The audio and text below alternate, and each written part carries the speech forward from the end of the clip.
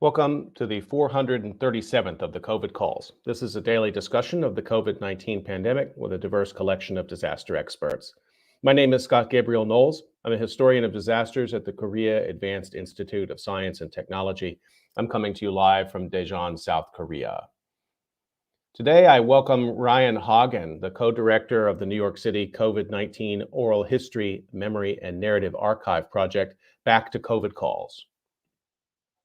Just a reminder, you can catch COVID Calls live. Just go to the COVID Calls YouTube channel to watch, and you can always catch COVID Calls live on Twitter. You can also hear COVID Calls anytime recorded as podcasts on iTunes, Podbean, or anywhere you get podcasts. You can also keep up with COVID Calls via Twitter using the handle @USODisaster or @COVID Calls. Please do help spread the word and send suggestions for future guests and future topics. And as always, please feel free to suggest yourself as a future guest, but please don't wait too long. March 16th will be the last of the regularly scheduled COVID calls. So please do get your suggestions to me now. As of today, February 27th, 2022, according to the Johns Hopkins University Coronavirus Resource Center, there are 948,382 lives lost to COVID-19 in the United States. I've been reading an obituary or a story of advocacy for those impacted by the pandemic. I'd like to continue that now. This is the life story of Lisa Berhanen, written by Jasmine Aguilera. This appeared in Time magazine as part of a special feature they did on lives lost to COVID in 2020. Even from her hospital bed after contracting the coronavirus, Lisa Berhanen continued to host Zoom meetings and do the hard work that benefited some of the most vulnerable members of her Harrisburg, Pennsylvania community. Berhanen dedicated her life to mentoring young women, helping the recently incarcerated transition back to life on the outside, and supporting victims of violence, among many other passionate causes. She served as a Harrisburg chapter coordinator for Crime Survivors for Safety and Justice, CSSJ, an organization dedicated to helping victims of violence through their healing process, and was involved with other local and national organizations that helped people in need, including Breaking the Chains and Mothers in Charge. Berhanen died of COVID-19 on June 11, 2020. She was 50. Already, there's been a huge void for our work in Pennsylvania, says Aswad Thomas, CSSJ's managing director. I had a moment yesterday where I couldn't call Lisa, and I struggled a little bit. It's going to be challenging moving forward without Lisa's presence. CSSJ is now designing an annual award in Berhanen's name. Again, this piece came from summer of 2020. Kevin Dolphin, founder of Breaking the Chains, a nonprofit that runs prevention programs to keep people out of prison, knew Berhanen for 40 years. He describes her as selfless, outgoing, endearingly rough around the edges, and one who took a tough love approach to those she pushed to better themselves. People close to her say she survived domestic violence and lost one of her own children to gun violence. Lisa became a first responder in a way, says Dolphin, who adds that together they would respond to incidents of violence in their neighborhood to comfort family members.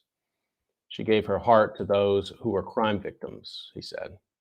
Lisa is the definition of a survivor, says Thomas, the definition of a leader in the community and dedicated to making change.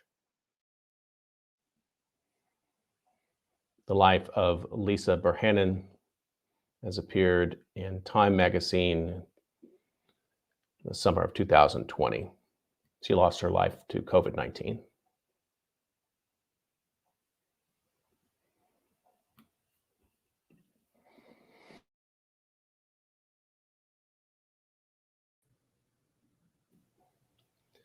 Okay, I'd like to turn to my conversation for today, and it's really wonderful to welcome my guest, Ryan Hoggin, back to COVID Calls. Let me introduce him to you. Ryan Hoggin is a lecturer in the Department of Sociology at Columbia University.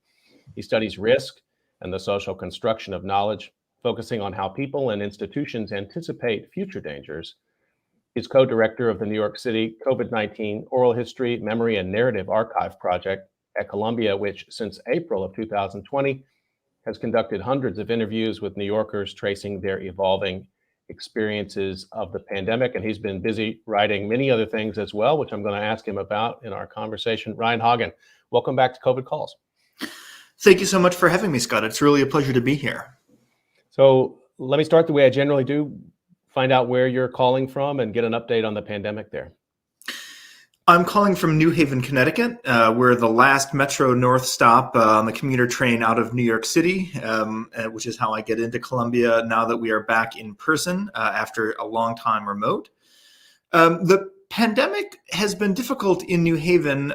We were hit really hard by the Omicron wave. And in fact, a lot of the people in my own social network here in town who had been very careful and very lucky and were able to avoid COVID up until this wave, it got a lot of us. And there was this sort of sense of everyone suddenly contracting this virus at the same time. Although, the case numbers have been falling for some time, and now we're back to where we were before the Delta wave, actually, in terms of case counts, something in the neighborhood of 50 cases diagnosed a day. And things are opening up. I went to go see a concert last week. I felt safe and comfortable doing that in a crowd that was had to show proof of vaccination, and we're all wearing masks during the show. So there's a sense of a lull in the pandemic for now from here, and in New York City too.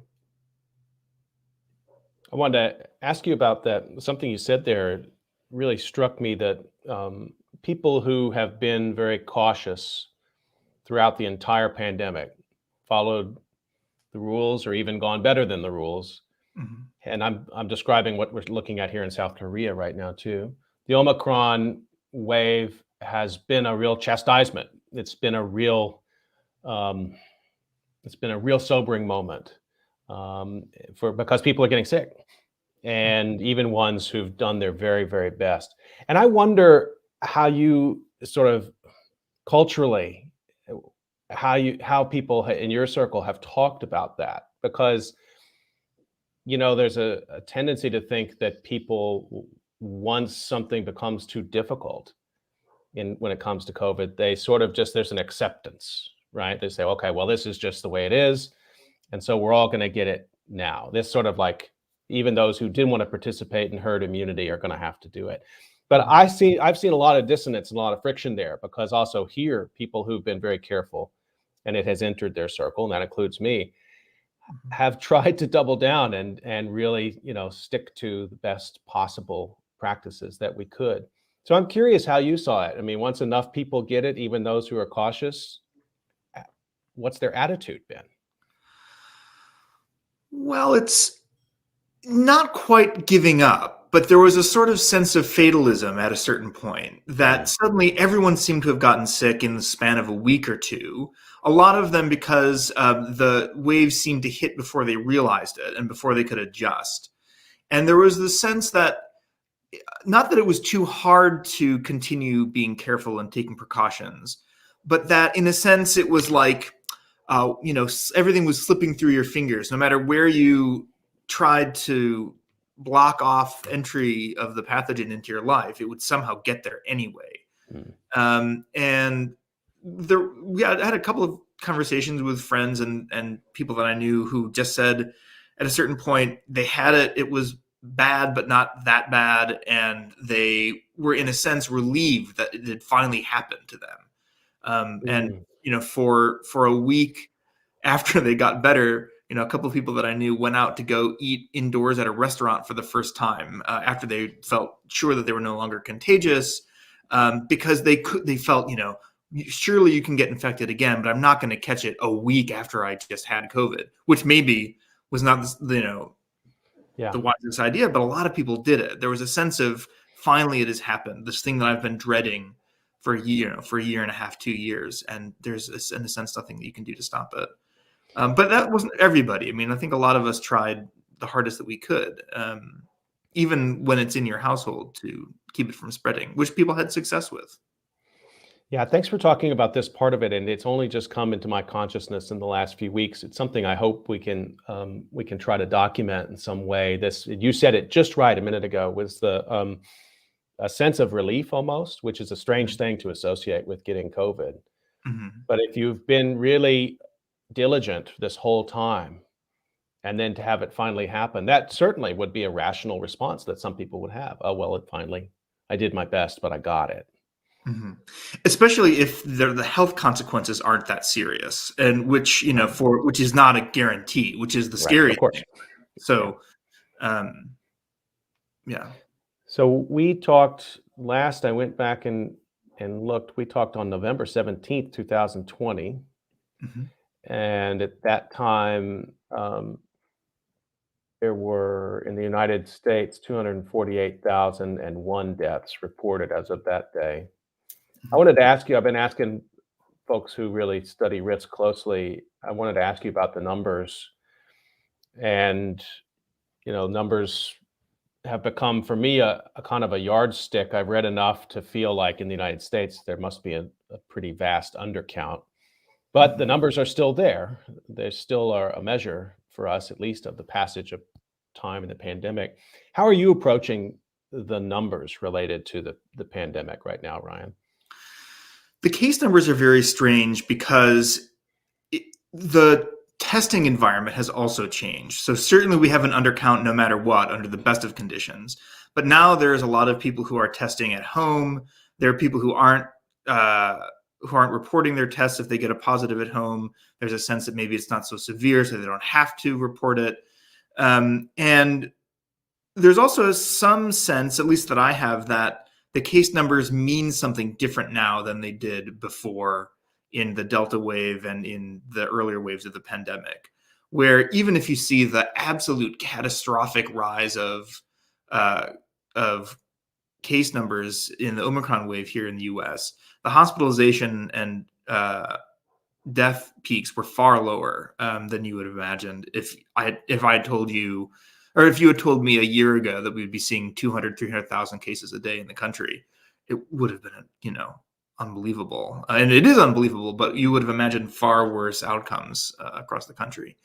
And so that's what I've been thinking about. I mean, I feel more comfortable now um, being in public with, case rates comparable to where they were before the Omicron wave than I did with the same case numbers beforehand, because it seems like um, the the risk is lower and the health risks seem to be lower and the hospital system seems to be intact. So that's how I've been thinking about it. What about the mortality statistics, and particularly at this point approaching a million deaths, according to Johns Hopkins? Um, Hard to say when that will be reached. Hard to imagine that it won't be. Mhm. What kind of work is that number going to do in American society, if anything? Well, I think it depends a little bit on what's happening in the world and in the country when that milestone gets reached and when we reach it. And I think this is also the case that we have to think about when it comes to how people were thinking about risk and the risk of COVID in particular during the Omicron wave, where it's not just an individual process of keeping yourself safe and wearing your mask and doing the things that you think are safe or not safe. But we all, I think, realized in a way that we didn't before how interconnected we all are and how much our social context matters. I think it's also the case with this tragic milestone that we're going to hit, that it's going to happen in a historical context. And I think that the Russian invasion of Ukraine and the massive destabilization that that is causing is going to change the way that people think about a million deaths from COVID. And I think we do end up in a lull between waves when that happens, I think it'll also be different. I've been paying attention to the way the news media tries to talk about numbers with Ukraine, Hmm. and it's pretty fascinating. And I've been more attentive to it since since COVID especially in the last year of COVID, when the multiple problems in the mortality statistics have been pretty obvious. But in one lead, a journalist will say, "This is the number of people that have been killed, that the number of soldiers that have been killed. This is the number." They tell you combatants, non-combatants, and then they were BBC last night. They were saying, but also the Kremlin will never tell you any numbers. Mm-hmm. So we have no confidence in any of those numbers. And also, so they give you the statistics and then they give you all of the hedging, and it takes a while to explain it all. And it made me wish that we'd had those kinds of descriptions of the COVID numbers from the beginning. I have some concern or I'm at odds with myself constantly about the ways that the sort of data analytics and data visualization has worked with the COVID numbers. And they have seemed very confident from the beginning. And you have to dig pretty deep to find the lack of confidence quite often. And I don't know if that's just that it's maybe we have more sort of cultural understanding of a fog of war, and we don't think of that in terms of the fog of the pandemic. I don't know, but I was just surprised to see so much hesitation expressed by journalists in the moment about the numbers that they still report them, but they tell you, but we're not really sure of any of these numbers. I think that may have something to do with the fact that war seems to be a template that people feel comfortable and familiar with. One of the things that was so fascinating when you mentioned the idea of confidence in reporting pandemic numbers, there was an epidemiologist a couple of days ago on Twitter talking about how different the pandemic might have been if early on the way that the epidemiological models were presented, if the cone of uncertainty had widened over time as opposed to narrowed.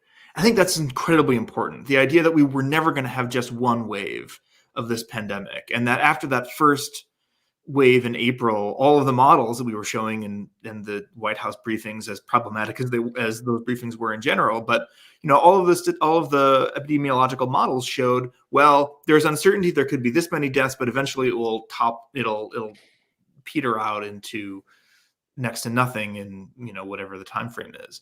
But of course, the uncertainty increases with time, and if we had portrayed it that way, it would have been probably more terrifying, but certainly more realistic. Yeah, I think that's an interesting and important point, and it's one of those moments again, also where they were sort of asking historians early on, like, well, what should we remember from 1918? And one of the things I remember John Barry saying is like, well, one of the things you should remember is it lasted until 1919 and beyond. Yeah, that is not the message that was ready for prime time in terms of public health communication in the early days of the pandemic. I don't think. And so it also brings to mind the sort of time horizon of uncertainty that people can accept, or that the experts believe people can accept.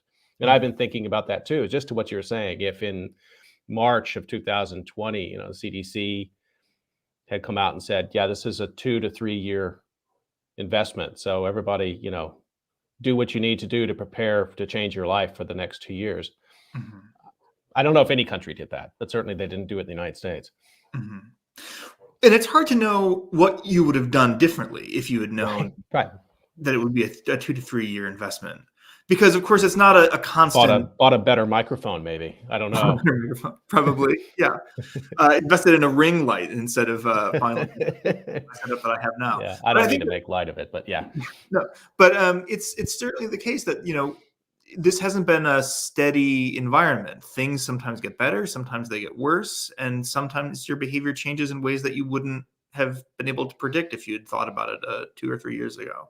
So in a sense, it's a question of how much you can act on given the temporal horizons that you have. Let me just remind folks you're listening to COVID Calls, and I'm talking today to Ryan Hoggin, who's a sociologist of risk and also the co-director of the New York City COVID-19 Oral History Memory and Narrative Archive. And we talked about that last time you were on. Ryan, you were really in the middle of it at that point, and I really wanted to get an update from you before I concluded the COVID Calls regular broadcast. So take us into it. And maybe for those who are not too familiar with the project, can you kind of lay out the landscape a little bit of why you started the project? And then let's talk about some of the findings. Sure. So this project I started with a couple of colleagues at Columbia University right after right in the middle of the first wave of lockdowns, actually in March of 2020. So it was myself with Denise Milstein, Mary Marshall Clark, Amy Starachevsky, and with the help of Peter Behrman at the Insight Institute Center, rather, at Columbia. And the idea was we knew that a pandemic was coming, obviously, because we were in the middle of the lockdowns. And we knew that we had an opportunity to get into the field and document people's experience before the world changed forever. We knew that the pandemic wasn't going to be over in a couple of weeks or months. And it turns out we were actually not pessimistic enough. We originally imagined that the pandemic would last about 18 months and that we would track people's experiences over the course of 18 months and interview them multiple times over 3 waves at different points to see how their experience changed, because we knew that this was going to be an evolving event that would change over time and its impact would change over time. And so we started doing interviews with people over Zoom because the university wouldn't let us go out and talk to people in person. And that turned out to be a really fascinating way of, as I'm sure, Scott, you're now deeply, deeply familiar with, the idea of seeing people in their homes or where they can meet you, as opposed to getting together in person with them in a studio or wherever else you might meet them. And we found that extremely revealing, to be able to go and see people's environments. And so we have now done interviews with more than 200 people over 2 waves. We have something like 350 hours worth of interviews. We completed the second wave just after January of 2021. So after the inauguration, we had a couple more interviews after that, but we finished in early 2021. And we were thinking about what it would be like to do a third wave. And we got very optimistic about doing it over the summer because we thought, look, it's almost over. The case counts had dropped to almost nothing in New York City. It seemed like things were reopening. And as we were getting ready to recruit people to come into a third wave and gather the resources to do it, the Delta wave, of course, happened. Right. And then, of course, Omicron after that. And in a sense, I'm glad that we didn't do the third wave earlier, because we would have caught a bunch of people who thought that the pandemic was over, and then we're going to see their story will have been cut short, right? Because there's a whole additional sequence of time in the pandemic that they will not have experienced, that we would have missed. And so now we feel that we're just starting recruitment for the third wave now. And the idea is that we're going to catch people in what we imagine will be a lull after the Omicron wave, anticipating that there will be another future wave of variants after that. But we'll come into that with our eyes open, and certainly their eyes open, that people we're interviewing, as to how they're thinking about this pandemic 2 years into it, with the possibility that there's more to come. Let me just follow up on this timing issue. This is a really important one, and anybody who's been doing ethnography of any type through this pandemic, I think, must have struggled with this, because particularly if you're trying to capture and this is what I want to ask you about, what are you trying to capture in the interviews that's shaped by time? And I guess also, so connected to that, shaped by perception of risk, because I am fascinated by what if you had shut off the project in the summer of 2021? It would still be extremely valuable, but as you say, it would tell you about a pandemic that's no longer a pandemic. I'm really interested in how people repair their sense of normalcy. That's one of the things that's really just gotten interesting to me over the course of this project. It wasn't the thing that originally drew me to this, but it's something that I've been fascinated by as we've gone on. The way that people try to regain some sense of security and stability in the world around them. They know who they are, where they are in the world, and what is safe and what is dangerous, and what they can rely on and what they can't, and how they can perceive what is safe and what isn't, and how they adapt. And so one of the big questions in the second wave was, we saw a bunch of people. We saw a very uplifting series of adaptations that people made in the first wave of the pandemic, that suddenly their social environment had completely disintegrated. Their public life had shut down. People were inside for the most part. And if they did have to go to work, it was dangerous, but it was still a routine that they had to do. And yet at the same time, it was a routine they were carrying out in a completely transformed world. And people coped with it. People reframed their understandings of what it was possible to know about the world. They reestablished new routines. They made new friends. They found new ways to stay in touch with old social connections they had. They did everything that they could to kind of hunker down in the near term. And in the second wave of the interviews, we saw a lot of those coping strategies falling apart for people because it was just too much. It was too long inside. There was too little social activity outside. So people talked about how, especially in New York City, the point of being in New York is to go out and see people and engage in the culture and be a part of urban life in New York City. And by November of 2020, that still had not returned for people. It hasn't today even for people. And so that layered on top of that was the anxiety around the election, which I think we have stopped thinking about a little bit, but it wasn't all that long ago. A lot of people that we spoke with were extremely concerned about the 2020 election and whether or not Donald Trump would accept a loss if in fact he lost. And those concerns turned out to look pretty prescient, actually, given what happened on January 6th of 2021. And so there was the second wave was a lot grimmer and darker than the first. And the third wave, I think what we're going to see is people hopefully having some sort of optimism towards the future and sort of reemergence into a world that they have adapted to. I hope. I don't know. We'll find out. I'm desperate to find out, actually. I have so many questions about this, but the first one that comes to mind is how you manage the issue of the individual and the structural here, because a lot of the behaviors that people used as coping mechanisms early in the pandemic, they were that they will always be individual and structural, but a lot of them seem quite individual. And at some point, the government in the United States and other countries begins to make relief payments. It begins to take really aggressive action in some places, even post-lockdown.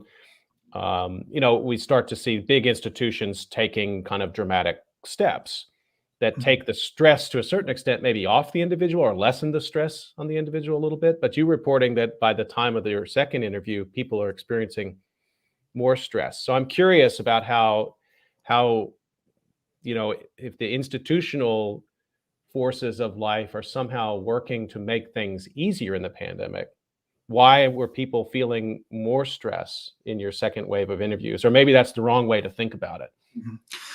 So that's a really interesting question. And I think that there's a difference between feeling, financial stress and feeling the stress of your basic ability to pay your rent or pay your mortgage or put food on the table. And this more sort of sense of social anomie, that there's no one to talk to, that people were unsure about what kind of job they had or could have, or what their career would look like down the road, or really questions of meaning and questions of social connection that transcend the kinds of things that government could do. I mean, you can pay people to stay at home, and that is certainly helpful.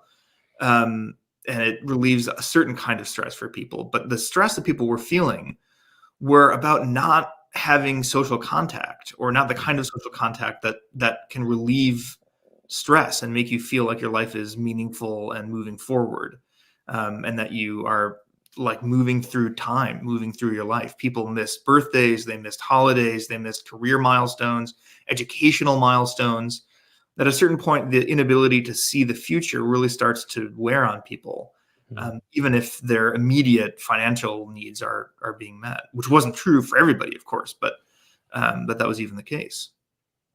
And what about the sort of variable starting points? How much does it seem to matter a person's economic stability coming into the pandemic, or a person who suffers racial discrimination coming into the pandemic already? I'm sort of curious, because I'm interested in sort of understanding social phenomena, but I'm also trying to be more and more attentive to the starting points of where people are when a disaster so-called strikes. Mhm.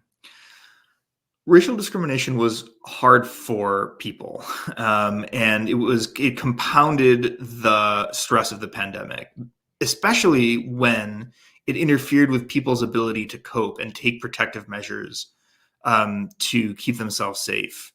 And we saw that come up over and over again in our interviews, whether it's people being worried about being um, uh, discriminated against by the police for not wearing a mask, or for wearing a mask the wrong way, or just because the police were engaging with people more on the streets, or whether it was people worrying about not being able to wear a mask because they would be subject to hate crimes, or kind of racist violence because they were an Asian presenting person, right? Which again is something that came up over and over in our interviews. And so the problem of racism became a sort of double burden in the pandemic, that worsened a lot of people's experience of it, not just because of the unequal public health burden of the disease itself, but also the social burden of how to keep yourself safe in a world that, because of your identity, because of the way that, because of the racist structures around you, that people treat you. So that was extremely difficult for a lot of people. One of the things that was surprising to me was, when you talk about starting points in terms of wealth and resources, is that seemed to not matter in the ways that I expected that it would. It didn't seem to matter. It wasn't that people who were financially comfortable were always necessarily less stressed out about the pandemic or more in control of their lives. There was a lot of, again, people seemed to take comfort and be secure in their sense of self and their sense of the world around them when they engaged with other people, whether it was volunteering, whether it was chatting with neighbors, whether it was anything that you could do to be in touch with someone outside of your household in a way that was meaningful to you, and not just sitting on Zoom at work, or any of the kinds of things that people did. And so that was actually really surprising to me. And I think that that is something that is a little bit unique to the conditions of the pandemic, which is that it disorganized society in a way that's different from a hurricane or an earthquake or any of the other kinds of hazards that people encounter. Is that it destabilized people's social connections in a sort of universal way that is unusual. I think that part of it is so interesting, because we don't have any real historical analogies of that. I mean, we don't have any cases that we can study where I mean, certainly in human history, there are events that affected everybody in the world with simultaneity, but we didn't have sociologists of risk to figure out what that meant in that moment. Maybe, war, obviously, but even war, it might be, we call it a world war, but it might be predominantly in certain parts of the world. I mean, this has been, as you said, in the early months of the pandemic, totalizing, simultaneous.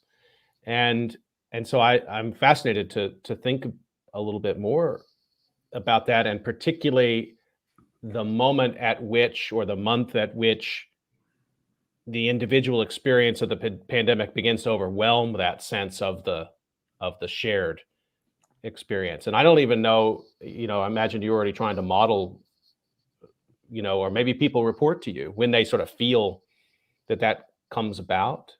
Maybe it's the time when certain states in the United States start to lift orders. Florida and Texas come out very aggressively and say pandemic is over. No matter what you tell their governors, they tell you the pandemic is over by June of 2020. I don't know, but I feel like there's a breaking point there somewhere where there must be a sort of social shift between solidarity and then back into sort of individualism. I honestly think a big factor of this is the way that we were able to connect and work through technology at home. And that there's a double effect. So on the one hand, it's the case that people are isolated at home while still being able to work and still having social contact and still having social obligations. You still have to show up to meetings in the office. You still have to do things. And that was not possible in the 1918 flu pandemic, that people could, universally work from home. So it has an effect on the people who are isolated at home, but it also has an effect on the people who aren't able to work at home, because all of the rest of the people who they might come in contact with, or many of them, are isolating at home. And so there's a strange bifurcation of society that I think is not something that we would have seen, even if this pandemic had happened in the 1990s, or if the original SARS in the early 2000s had broken out the way that it might have. I think that's one of the determining factors of how strange this experience has been for people, is how we were able to stay connected, even in this sort of shallow way of being on the internet. I think we're having a very deep conversation, you and me, right now. I mean, over the internet. No, I know exactly what you mean, but we're not in the same space, and so we've been socialized to believe that somehow this communication is somehow a simulation, but not quite the real conversation. After doing these COVID calls for 2 years, I think I've finally broken through that completely. But but it is there, and certainly there was a few months of learning for people to try to figure out how to get into the sort of depth of communication that they had in person. I wanted to, before we leave the study, and I can't wait to see the publications that come out of it. I want to ask you about one of the sort of the standard questions in sociology of disaster, which is that the sort of prosocial question. So oftentimes, in a disaster, the media will run with stories of looting and violence and society run amok. And there's always, people who study disasters who are there, if they can get attention, to say, well, actually, the research shows us that people are pretty good at coping. They're creative. They tend to help each other. But this pandemic, the sort of temporal boundaries of this thing have been all weird. It goes beyond the time frame that a lot of the traditional sort of sociology of disaster work has been done. And we've seen some dark things in this pandemic. We've seen some pretty antisocial behavior. John Mooallem had a fantastic piece in the New York Times Magazine a couple months ago about that issue, and he sort of posited that, well, it's pretty perspectival, but people are acting in ways that they think is good for their community, but that we might perceive as antisocial. And that pandemic has been going on so long that we've seen people act in both ways, potentially. I don't know if you want to weigh in on this perennial question, but I'm sort of curious what you think about, is the pro-social, antisocial theorization going to shift as we come through COVID? So I think that it's not going to necessarily shift. I think we're still going to see, I think we can still expect to see prosocial behavior from people in crises and in disasters. And we saw it in our own study. We saw people reaching out to volunteer to help other people, to help their neighbors, to distribute meals. We saw people, a huge outpouring of political activity around the Black Lives Matter protests over the summer. That was clearly a big prosocial surge of saying something terrible has happened in the world. It needs to be different. We're going to make the world a better place, and this is how we're going to do it together. And it's also certainly the case that the people who did engage in prosocial behavior seemed happier, and that they were enduring the pandemic, the pressures of the pandemic, more easily and with a kind of a lighter sense than people who were not doing that kind of thing.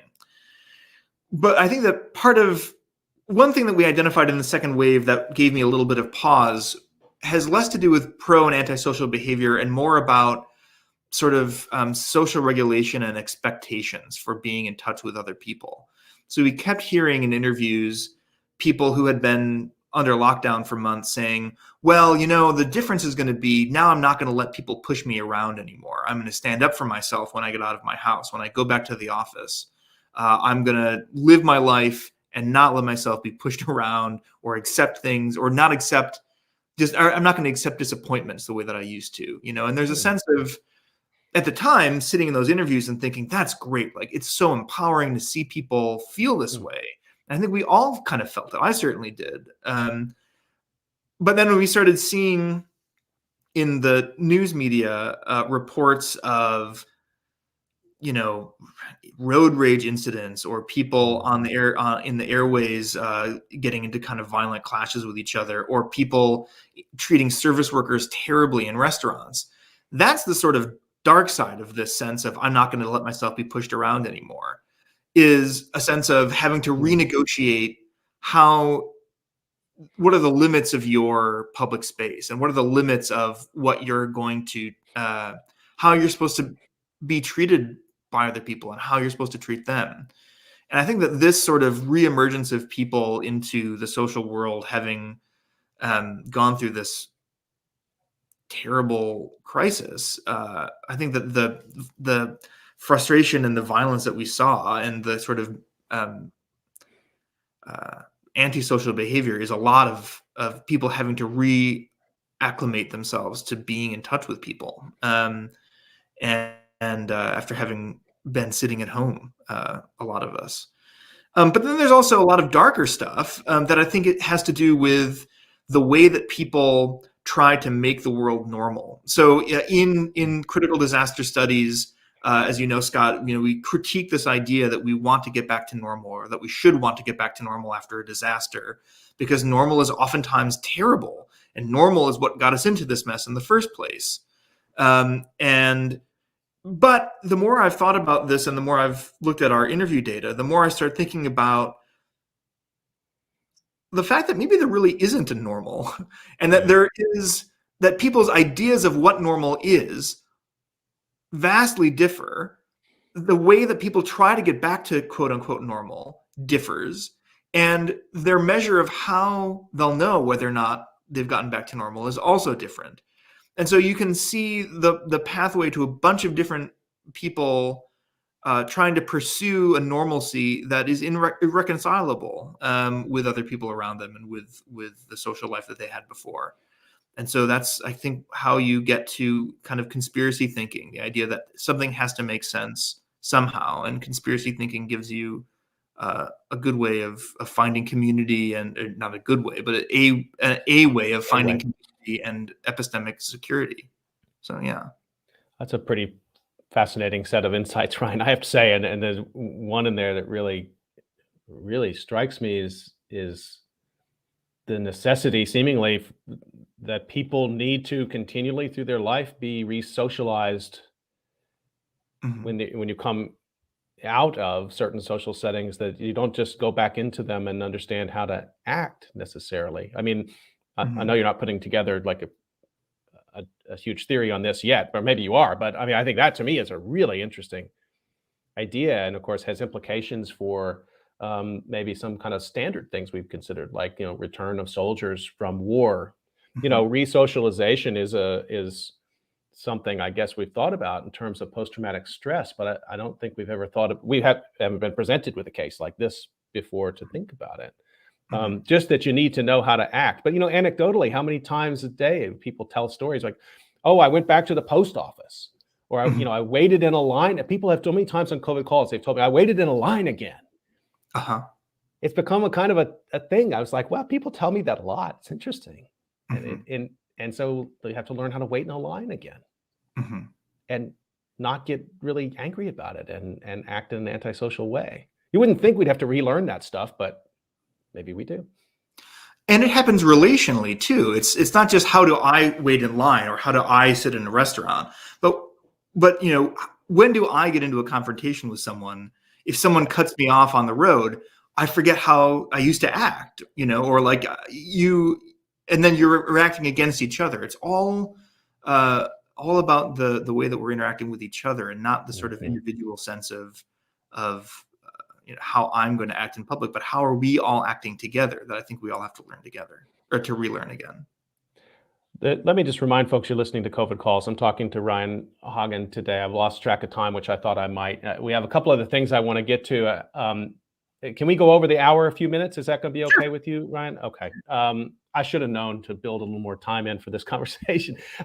You have a piece that you published with Rebecca Elliott, and the title is Disasters, Continuity, and the Pathological Normal. It appeared in Sociologica. And it's a really brilliant piece, and people should check it out. And I'm just going to read one line from it. You write, a critical approach, you're talking about disasters here, a critical approach should not only re-examine what disasters are, it should also inquire into what they do in the social world, what is reproduced or preserved through them. So in this piece, you were just setting it up a moment ago, the fascination with the normal, and the way that the concepts of normal interact with the concept of disaster, which is supposed to be a profound disruption, a discontinuity, a tear in the fabric. So you and Rebecca really try to problematize this and show the implications for sociology in the piece. Say a little bit more about where you land on this problem. And I particularly like, and we'll start using this idea of the pathological normal, but it sounds pretty bad, honestly, that our norms are not only moving in a viral way, but they make us sick.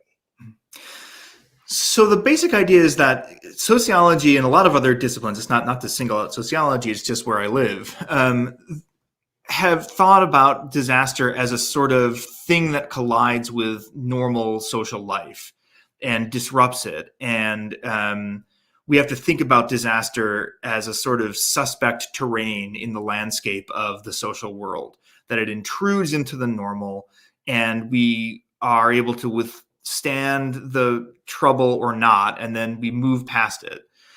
But what this overlooks, and the problem with this is that, and particularly as we get into a 21st century in which we're confronted with continuous sets of overlapping disasters, here we are sitting talking on COVID calls here in the middle of a pandemic, while a giant geopolitical crisis is unfolding. A wildfire season is going to start up in the West Coast soon, and it's going to be hurricane season soon. And we're in this state of constant disruption and constant disaster. And that really needs to make you think, what is the point of having the idea of disaster if we're not going to think about the way in which disasters are produced, which is they're produced by the same process of social reproduction that produces society anew every day when we wake up, right? The same, the process that builds, a city of 8 million people on the coastline is a process that leaves it vulnerable to hurricanes, for example. The fact that this coronavirus spread very quickly around the world has as much to do with the nature of interconnections and global trade now as it does with anything inherent about the transmissibility of this virus. And so the point is to think about disaster as a part of the normal process. It's sometimes an expression of normal social life and not an intrusion into normal social life. And the way that we determine what is or what is not a disaster, what are the boundaries of what we're going to decide is a disaster or what isn't a disaster, is its own sort of cultural and political process. To say that a disaster extends this far and no further, when people are still suffering, and when people are still hurt by it, and will continue to be hurt by it, that's a political act. And in fact, we're seeing that now when we talk about the exit from the pandemic. Do we have high risk or not? Well, it sort of depends on your vulnerability, right? And so if we're going to declare the pandemic over in certain parts of this country or some parts of the planet, that's an act saying that it's okay for certain people to get sick and not others. That's what we mean in critical disaster studies by saying that disaster is a construct that determines the sort of acceptable level and dimensions of suffering in society. Let me go a little further with this, and so I like the direction you're going here, obviously, but I do wrestle with the question then if we lose the concept. So let me state it this way: if everything is a disaster, depending Mhm. on the perspective of time and the person you're asking, Mhm. then what good is the concept at all? And then we just throw it out, and then everything is a disaster. I mean, how do we do any kind of boundary setting Mhm. if we open it up to this broad sort of? So you can say, well, everything in capitalism is in late capitalism, it is a disaster, whether you are aware of it or not. I was talking with Bo Jacobs yesterday. He's talking about the global hibakusha. We're all exposed to radiation. If you Mhm. expand your time frame to 1,000 years, this disaster of unimaginable scope. So we're just all living in disaster. What good is the concept at that point? Mhm. So I'm not a total relativist, in the idea that nothing means anything, and since there's suffering everywhere, disasters can be everywhere. I think that the importance of having as an academic concept, as a theoretical concept, we have to be critical about how disasters get constructed. We have to be critical about when people declare something a disaster and what are its boundaries and who suffers the most from that construction and who benefits from that construction.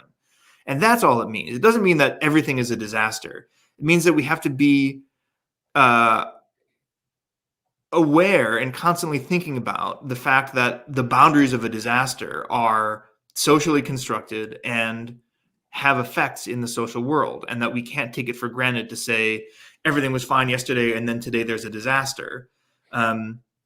We have to think more carefully about what the boundaries are. So In sorry, go ahead. No, I said in every case of of any event that we might imagine as a disaster. Yeah.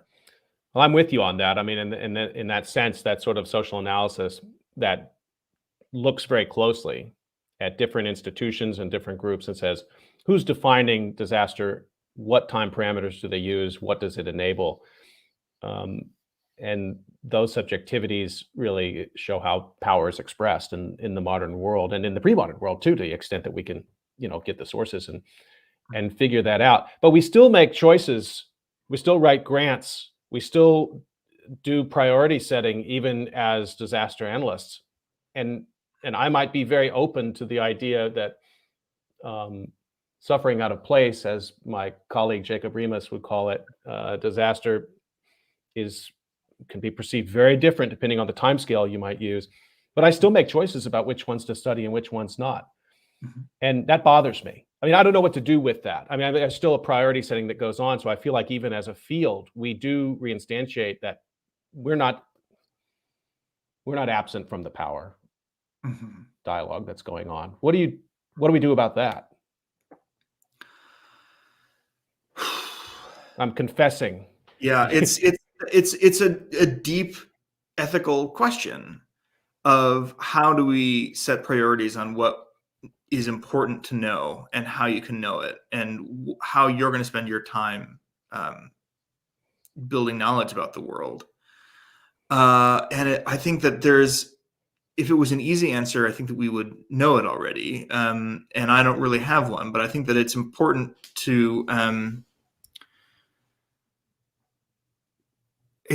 to build a community in that sense. Again, I think that, and maybe I say this because I'm a sociologist and everything is relational, but I think that you build knowledge in a community, and no one person can study everything. And of course, certainly it's the case that we are part of the kind of political and power process of determining what is a disaster and who we look at and what kinds of things we study. But I think that you do that in community and not on an individual basis. I'm really glad that you wrote this piece with Rebecca, Disasters, Continuity, and the Pathological Normal. And people should check it out. And I'm going to put the link to the title here, and so people can be sure to find it. It's open access, I believe, or it was when I checked it.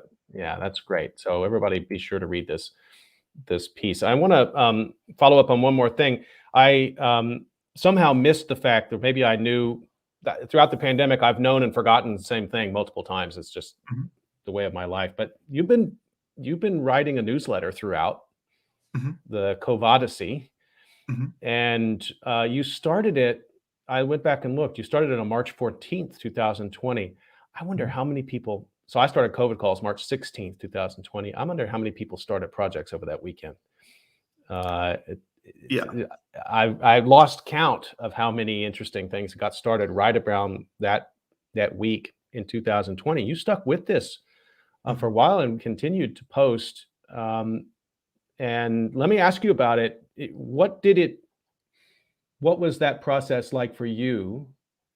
And I'm going to put up the link where people can find it because they're really interesting posts. You have public health information in there, like it's a resource, but it's also analytical and it's also narrative in first person. So there's a lot of different sort of things you're working on simultaneously in these posts. I found it fascinating. Thanks, Scott. It was a strange project that I didn't know exactly where it was going at any given moment, which is one of the reasons that there are all these sort of different genres going on within it. So I started writing this Substack newsletter on, I guess, the 13th or 14th of March, because as the pandemic was spreading around, as the disease was spreading around the world, I started receiving more and more questions from friends and relatives and colleagues who knew that I had studied disaster and knew that I'd been thinking about pandemics because I had just finished a dissertation, which was an ethnographic study of disaster risk managers in New York City. And one of the scenarios that they always planned around was pandemic flu. And so I'd been thinking about this for a while.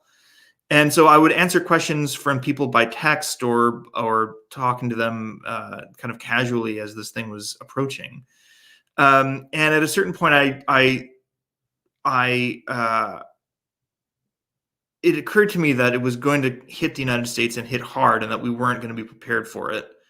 And that I put up a post on Instagram asking if it would be helpful for me to make a newsletter, like an email newsletter that where I could answer questions kind of en masse to everybody. And it was just supposed to be something for friends and family, essentially, at first. And I expected everyone to say, like, no, the last thing we need in the world is one more Substack newsletter. But to my surprise, overwhelmingly people said that they wanted this. And so I started writing it, and very quickly it got out of my personal social network, and people started reading it outside of people that I knew. And so it became a sort of therapy for me to be able to write down the things that I was hearing about in my research and seeing in the world around me, and a way to make the world make sense, I think, for people who were close to me and who wanted to read this newsletter and had a sense that I could answer questions for them. And I tried to be extremely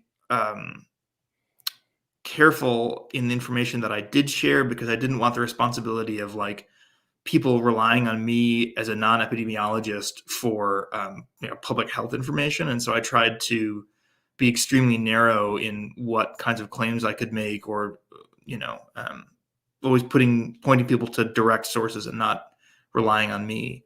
But it was also fascinating to kind of be able to offer my expertise as a disaster sociologist to help people make sense of the pandemic as a broader event, and not just as a threat in their own lives, as something that they were facing.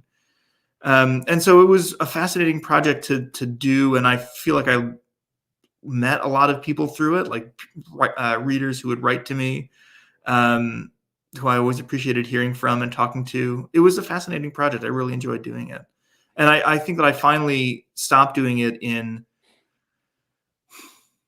I guess the last post was in December, because I felt like it was I didn't have new things to say, I think, ultimately, about this pandemic. And I didn't want it to be a burden that I kept carrying. I just wanted to be able to say, I've done this project.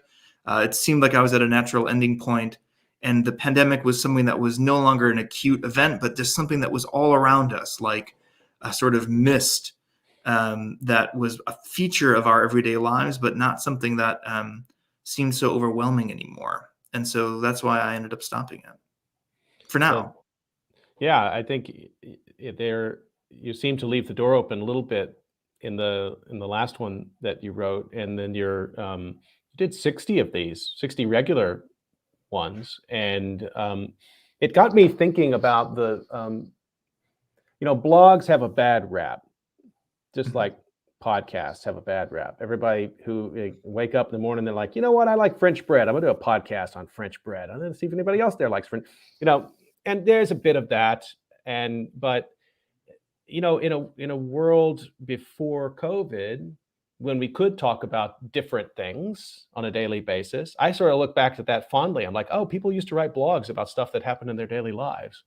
Yeah. People used to do podcasts about things that happened just to them, didn't have to have a central narrative. That COVID, certainly for those of us who study disasters, has become a total narrative for this time.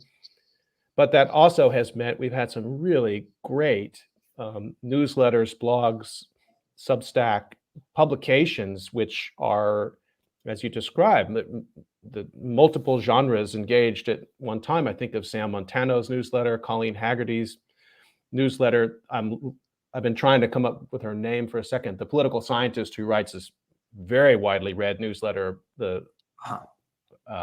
can't remember her name either, but I know exactly what you're talking about. One thing I worry about with these is we'll lose them. Mm-hmm. I mean, they're in digital space. This is a classic problem anyway. This is my historian side coming out. Like, they're not any better preserved on paper necessarily, but I would like to see them compiled somehow, somewhere. I guess that's my way of saying, I hope you'll publish these, because I worry we lose these. This is the stuff. This is what we need to try to get a handle, not only on what the disaster was, but on how you were perceiving it differently across time. Because the temporal scope of this thing is weird. Yeah. Yeah, I hope that people do preserve these, and I think that we'll see an archiving project at a certain point. It is especially difficult to preserve this kind of stuff digitally because of link rot, and even I tried to, because of the nature of this newsletter, I did an enormous amount of linking, and Sam Montano is like a genius at this too, so she does it really well too. But even now you'll go back and a lot of these links no longer function. And so the document itself starts to degrade even if you have it, because the information it connects to on the web doesn't exist anymore, or gets moved around, or publications come and go. So there's one line, this is my last question for you. There's one line in your 60th entry of the COVIDCalls, and in it you say, wherever you look, it seems we're locked in a reflexively accelerating race to solve new problems caused by our previous solutions. That one brought me up short. I think I find myself trying to say some version of that a lot, but I don't think I've ever said it that economically. And so my question to you is, as COVID moves into this next phase, what new problems are we making? I think that the problems that we're making are how to sustain life on a radically destabilized planet. And I think this line that I was thinking that you just read is something that I was thinking about as I was working on this piece with Rebecca Elliott on the pathological normal. And to stop us from thinking about discrete disasters as events that they come and go, but as part of one core problem, which is that human society, global society, is really fragile and rests on a lot of things going right all of the time. And we come to depend on infrastructure and on institutions functioning well in a world that is always falling apart and that is always generating its own accidents and problems.